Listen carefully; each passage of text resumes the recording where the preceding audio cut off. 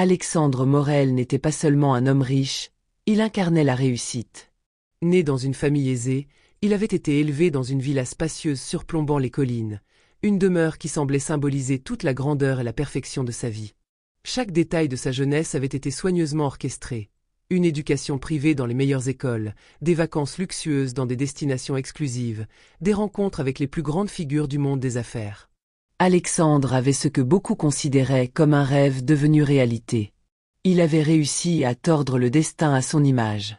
Une carrière brillante dans le secteur financier, où il avait su se démarquer dès ses premières années en tant que jeune prodige, des investissements dans des entreprises innovantes, des propriétés luxueuses dans plusieurs villes à travers le monde, et des amis influents qui le soutenaient à chaque étape de son ascension. Mais au-delà des paillettes de cette vie dorée, il y avait un vide. Un vide qui n'était ni comblé par les dizaines de contrats signés, ni par la reconnaissance que lui apportait son statut. Ce vide, il le sentait chaque soir, une forme d'ennui existentiel qui s'immisçait dans sa vie comme un nuage pesant. Pourtant, il n'en parlait jamais. Il était l'homme d'action, le self-made man qui n'avait pas le temps de se laisser aller à de telles pensées. Mais il y avait une ombre dans son passé qu'il avait soigneusement effacée, une relation qu'il tentait d'oublier. Claire. Claire n'était pas de ceux ou celles qui se laissaient facilement décrire en termes simples. Elle n'était ni une femme de haut rang ni une célébrité, mais elle avait une beauté qui ne passait pas inaperçue. Pas la beauté artificielle que l'on peut acheter dans les magazines, mais une beauté naturelle, paisible, d'une rare authenticité. Ses yeux bruns, profonds, semblaient voir au-delà de la surface des choses. Son sourire, toujours sincère, faisait écho à une force tranquille qui venait de son indépendance. Claire avait grandi dans un milieu modeste, mais elle avait cette capacité à se frayer un chemin dans un monde où l'on attendait des femmes qu'elles soient à la fois invisibles et parfaites. Elle était d'une intelligence aiguë, capable de s'imposer sans avoir à crier ou à se faire remarquer. Alexandre l'avait rencontrée lorsqu'il était encore jeune, ambitieux et insouciant. Elle était la compagne idéale pour un homme comme lui, belle, aimante, prête à le soutenir dans ses rêves. Au début, il l'avait aimée avec une passion brûlante, séduite par sa simplicité et sa capacité à le comprendre, mais aussi par l'évidence qu'elle était un défi pour lui. Claire ne s'abaissait jamais devant ses succès, elle le respectait, mais elle ne l'idolâtrait pas. Elle le poussait à être une meilleure version de lui-même, tout en restant fermement ancré dans ses propres valeurs. Mais dans sa jeunesse, Alexandre ne voyait pas cette profondeur. Il était trop absorbé par l'illusion de sa grandeur. Il avait cru que l'amour entre eux serait éternel, que leur relation se prolongerait sans effort. Mais il avait aussi une vision du monde déformée par l'orgueil et l'ambition. Un monde où il était le centre, où tout gravitait autour de lui. Claire, malgré son amour sincère, s'était sentie étrangère dans ce monde de strass et de succès. Et un jour, elle s'était rendue compte qu'elle méritait plus qu'une place de figurante dans la vie d'Alexandre. Elle avait quitté la ville, l'homme qu'il était devenu, et elle s'était reconstruite, loin de lui, loin de ce monde. Et, au fond de lui, Alexandre savait que c'était sa faute. Mais il n'avait jamais voulu l'admettre.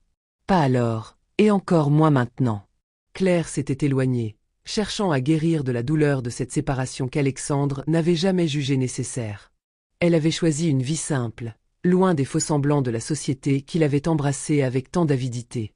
Elle s'était installée dans une petite maison à la campagne, un endroit où elle pouvait respirer, guérir et se retrouver. Elle avait trouvé un homme avec qui elle avait construit une vie différente, plus modeste, mais remplie de sens. Il ne venait pas de la haute société, mais il l'aimait profondément, avec une attention et une sincérité qu'Alexandre n'avait jamais su lui offrir. Avec lui, elle avait eu des enfants, 3 triplés, un garçon et 2 filles, qui étaient devenus son trésor le plus précieux.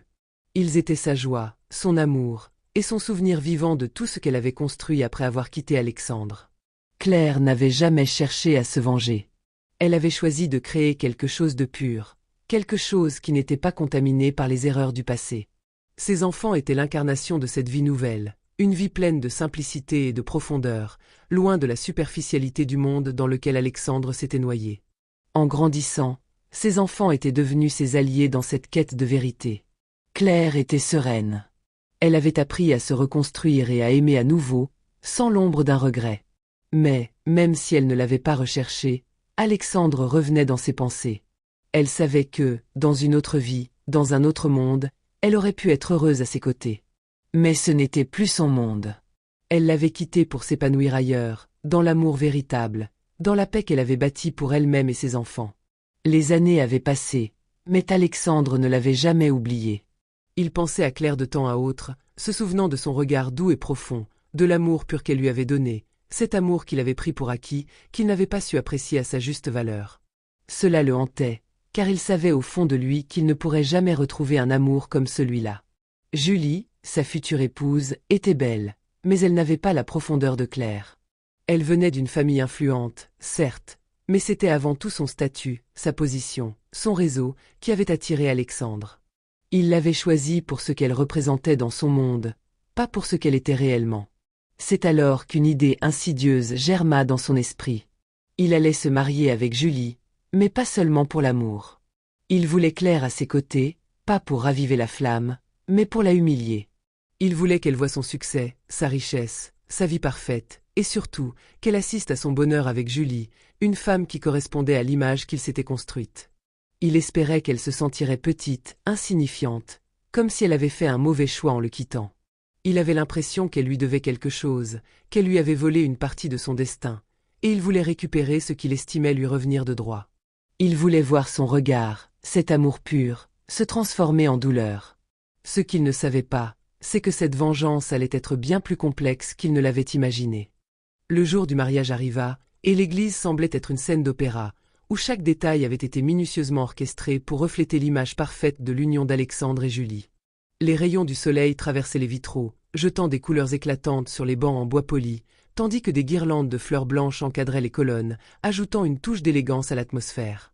Les invités, vêtus de tenues chics et impeccables, murmuraient entre eux, admirant l'opulence du lieu et la perfection de la cérémonie qui s'annonçait. Alexandre se tenait là, au bras de Julie, un sourire figé sur le visage. L'éclat de ses vêtements et l'assurance dans sa posture dégageaient un sentiment de supériorité tranquille. Il était certain que ce jour marquerait un tournant dans sa vie et qu'il aurait enfin la possibilité de refermer le chapitre Claire de manière définitive. Le mariage n'était pas simplement une célébration de son amour pour Julie, c'était un triomphe, une victoire personnelle. Chaque élément de la cérémonie était une pièce d'un puzzle méticuleusement assemblé, avec Claire comme la touche finale qu'il avait choisie pour ajouter du piquant à ce moment. L'invitation envoyée à Claire n'avait rien de chaleureux, ni d'affectueux. C'était une invitation distante, presque clinique, où il lui avait demandé de se présenter si elle le souhaitait, comme si elle n'était plus qu'une ancienne connaissance qu'il accordait une place infime dans son nouvel univers de succès. Mais, en réalité, il n'avait qu'une seule intention en tête, la voir dans l'ombre de son bonheur parfait et l'humilier sans qu'elle ne puisse répliquer. Il avait imaginé son arrivée solennelle, sa tristesse palpable, son regard perdu dans la foule. Mais il n'avait pas prévu ce qu'il allait voir. Lorsque Claire franchit les portes de l'église, Alexandre la remarqua immédiatement. Elle était là, calme, sereine, une grâce tranquille émanant d'elle. Il n'y avait plus de traces de la jeune femme vulnérable qu'il avait connue autrefois. Le temps avait effacé toute douleur, laissant place à une force intérieure que même lui, dans toute sa grandeur, ne pouvait ignorer. Elle portait une robe simple, mais d'une élégance discrète qui contrastait avec les froufrous et les tissus éclatants des autres invités. À ses côtés, ses enfants, trois triplés pleins d'énergie et de vie, l'entouraient. Leur présence était une révélation, une déstabilisation pour Alexandre. Les enfants, un garçon et deux filles, étaient comme une explosion de lumière dans cette église empreinte de solennité. Leurs éclats de rire cristallins, leurs mouvements vifs et leurs visages curieux ne passaient pas inaperçus. Contrairement à ce qu'il avait imaginé, Claire n'était pas seule, éteinte, en retrait. Elle était entourée de ce qu'il n'avait jamais pu lui offrir. Une famille, des enfants qu'elle avait élevés dans l'amour et la joie. À chaque regard qu'Alexandre posait sur eux, il ressentait une frustration grandissante, une frustration qu'il n'arrivait pas à cacher. Ces enfants étaient l'incarnation même de ce qu'il n'avait jamais eu et ne pourrait jamais avoir. Une famille véritablement unie, bâtie sur des fondations solides d'amour et d'effort. La cérémonie avançait, mais Alexandre ne pouvait détacher ses yeux de Claire et de ses triplés. Il se concentrait sur Julie, mais chaque sourire de sa future femme, chaque mot qu'un invité lui adressait semblait se perdre dans le tumulte intérieur qui grandissait en lui. Il n'arrivait pas à se défaire de l'image de Claire, et plus encore de l'image de sa famille, son accomplissement. Claire, qu'il avait abandonnée sans remords, semblait avoir trouvé quelque chose qu'il n'avait jamais cherché, quelque chose qui transcendait le confort matériel et l'illusion de la réussite, un bonheur authentique et durable. Lorsque la cérémonie arriva à son terme et que les invités commencèrent à se diriger vers l'entrée, Alexandre se sentit enfin prêt à accomplir son plan. Il se tenait là, souriant, saluant ses invités, convaincu que tout allait se dérouler comme prévu. Puis Claire s'approcha, ses enfants se serrant autour d'elle. Elle s'arrêta devant lui, le regard calme, presque bienveillant, mais la conviction dans ses yeux ne laissait aucun doute. Elle ne cherchait pas à se venger ni à s'humilier.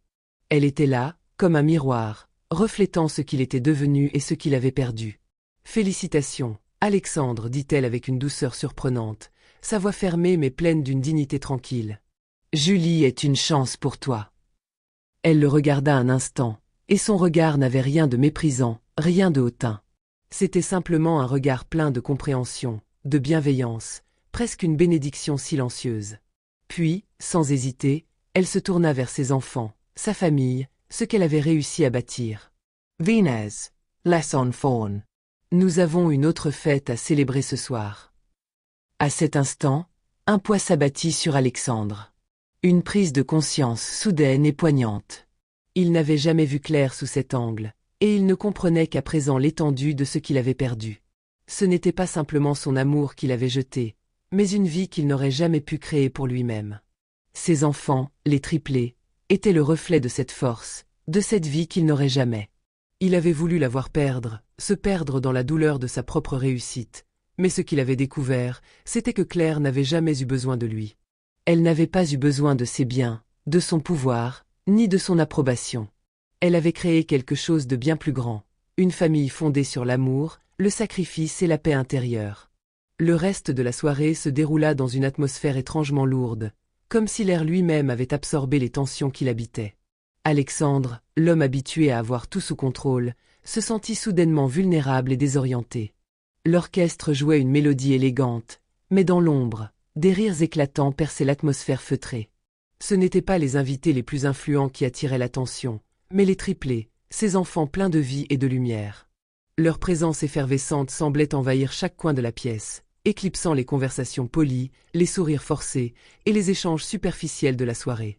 Alexandre entendait des murmures, des questions à peine dissimulées, des regards furtifs qui se tournaient vers lui, comme si les invités cherchaient à comprendre ce qu'il ressentait en voyant Claire, cette femme qu'il avait autrefois cru pouvoir dominer, désormais si proche d'une forme de bonheur simple et pur qu'il n'avait jamais su apprécier.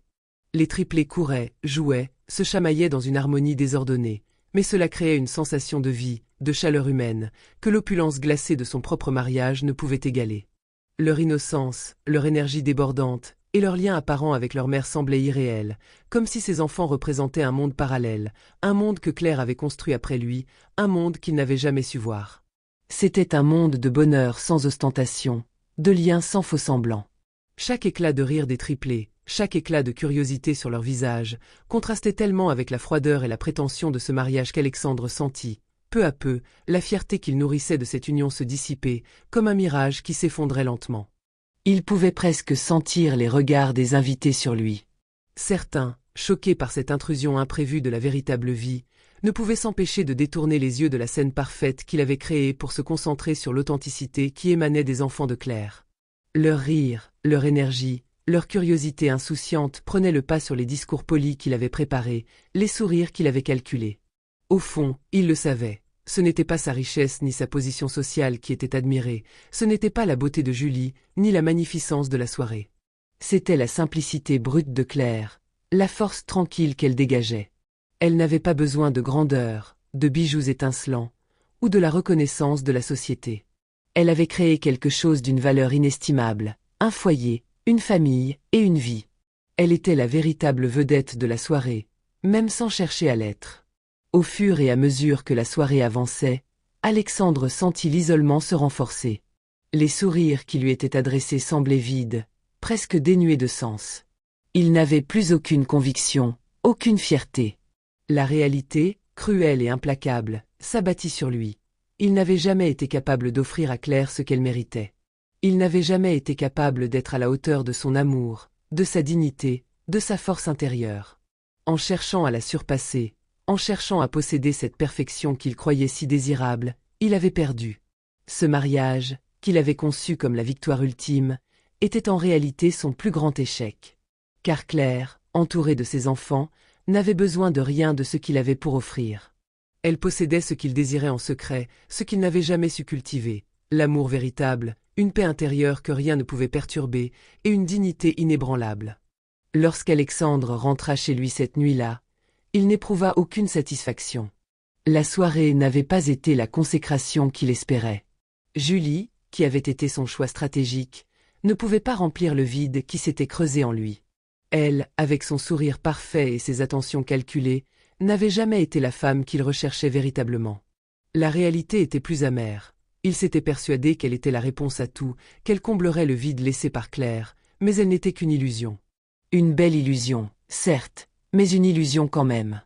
Il s'assit seul, dans l'immense salon vide, regardant les ombres qui se dessinaient autour de lui. Le silence de la maison était assourdissant. Il n'avait plus goût à la richesse, à la gloire, ni même à la compagnie de Julie. Tout lui semblait désormais insignifiant. Les souvenirs de Claire et de ses enfants revenaient dans son esprit par vagues puissantes. Il revoyait leur rire, l'éclat de leurs visages joyeux, et il se rendait compte qu'il avait tout perdu. Il n'avait pas simplement perdu une femme, il avait perdu une vie, une opportunité de connaître ce que c'était d'être aimé véritablement. Claire, si forte, si sereine, avait tout ce qu'il aurait dû désirer, tout ce dont il avait toujours rêvé en secret, mais qu'il n'avait pas su apprécier. Et, en voulant la réduire à une ombre dans sa vie parfaite, il s'était infligé la plus grande humiliation. Il avait sacrifié ce qu'il y avait de plus précieux pour poursuivre une chimère. Cette vérité le hanterait pour le reste de ses jours, car, désormais, il savait ce qu'il avait perdu à jamais.